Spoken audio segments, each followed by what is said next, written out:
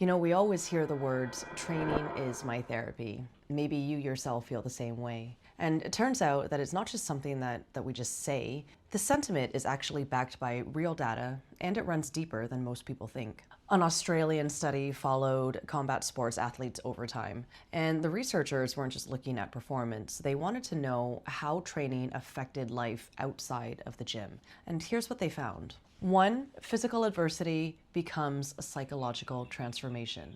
So every time you get pushed to your limit, whether it be through like brutal rounds or failing reps or combos or drills that break you down, your brain actually learns how to keep going. The study called it psychological hardiness. And it's not just about motivation, it's actually wiring. Two, you don't just get tougher, you get better with people. So across the board, fighters actually reported a spike in prosocial behavior. And that means more empathy, more confidence to speak up, more willingness to support others. The confidence that you build under pressure doesn't stay in the ring or in the gym. It shows up in your relationships, your job, and your daily life. And three, you don't just train, you belong. They also found a deep sense of community and camaraderie. These aren't just gym buddies or gym bros. These are people you suffer with, you grow with, and that you rely on. That shared struggle builds bonds most people never experience. And you know, that isn't just one study.